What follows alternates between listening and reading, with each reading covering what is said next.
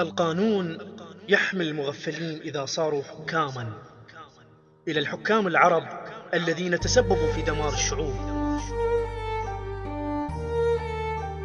للغة العربية اضغط على الرقم 1. عزيزي المتصل، أنت في بلد المصائب سوف ترى العجائب.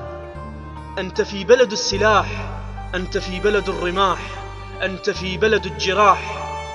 إنك في البداية تنتظر الحكاية، حكاية قديمة سطورها قنابل وتحرق السنابل، وموتها حصاد عنوانه الجهاد.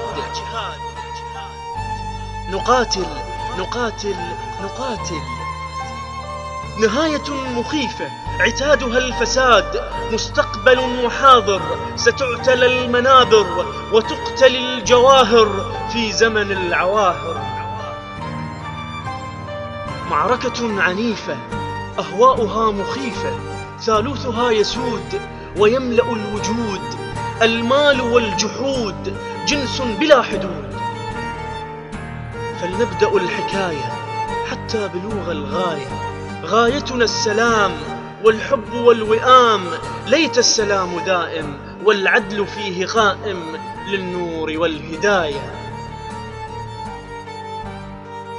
فكيف نبدأ الكلام ونحن في خصام، في بلد عنوانه الفساد والخير فيه أعلن الحداد، في بلد تنهشه الذئاب وقائد مهان لا يهاب، وسطوة جنسية مقيتة عذراؤها في حالة مميتة.